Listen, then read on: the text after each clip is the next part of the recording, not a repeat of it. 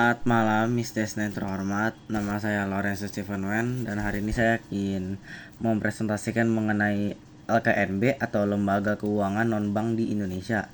Nah, pada video kali ini saya akan mempresentasikan mengenai beberapa segmen. Jadi segmen pertama itu ada sejarahnya. Yang kedua itu ada kasus atau berita mengenai LKNB atau Lembaga Keuangan Non-Bank di Indonesia.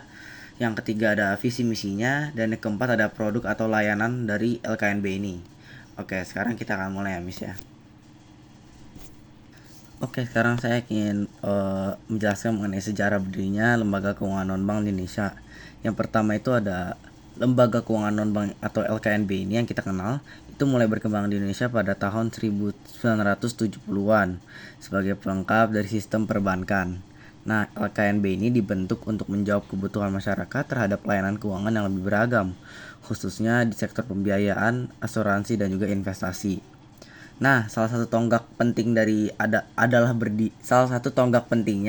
adalah berdirinya perusahaan pembiayaan seperti PT BFI Finance Indonesia pada tahun 1982 yang menjadi pionir dalam pembiayaan kendaraan bermotor.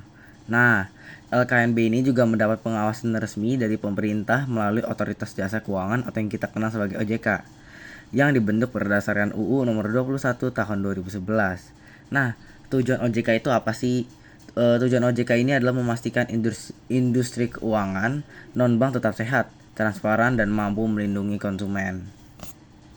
Oke, sekarang kita akan masuk ke dalam kasus atau berita tentang LKNB ini.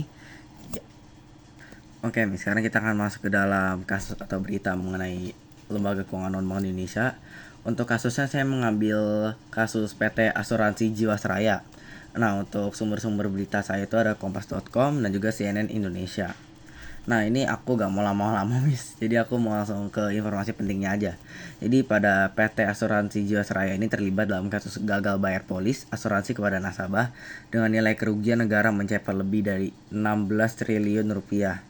Nah, untuk penyebabnya ini adalah terjadinya praktik investasi yang beresiko tinggi dan tidak sesuai dengan prinsip kehati-hatian. Nah, kasus ini menjadi pelajaran besar dalam pengawasan lembaga keuangan non-bank, terutama di bidang asuransi. Selain itu, pemerintah juga membentuk yang namanya IFG atau yang kita kenal sebagai Indonesian Financial Group.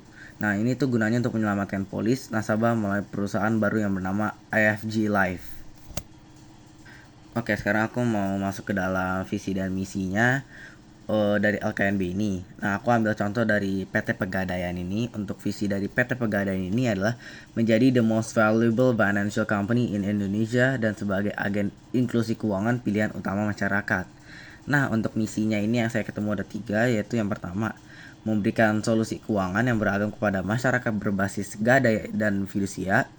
Yang kedua, meningkatkan kesejahteraan masyarakat melalui produk dan layanan yang inovatif. Dan yang ketiga atau yang terakhir yaitu memberikan kontribusi positif bagi perekonomian nasional. Oke, sekarang kita masuk ke yang terakhir atau segmen terakhir yaitu produk dan layanan lembaga keuangan non-bank. Saya masih ambil yang sama, Miss, yaitu PT Pegadaian.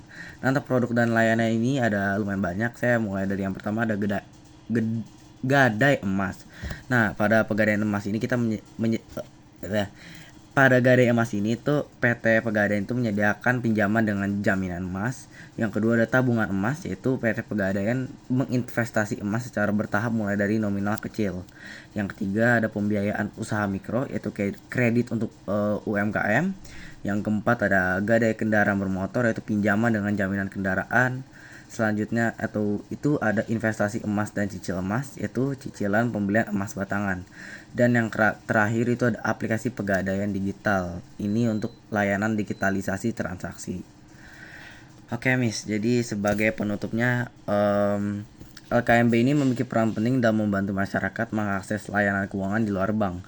Namun penting juga adanya pengawasan dan pemahaman masyarakat agar tidak terjadi kasus merugikan seperti PT Asuransi Jiwasraya ini.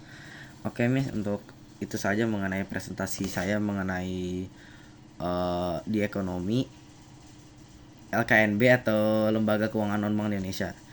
Mohon maaf jika ada kesalahan, Miss. Sekian dari saya, Steven. Terima kasih.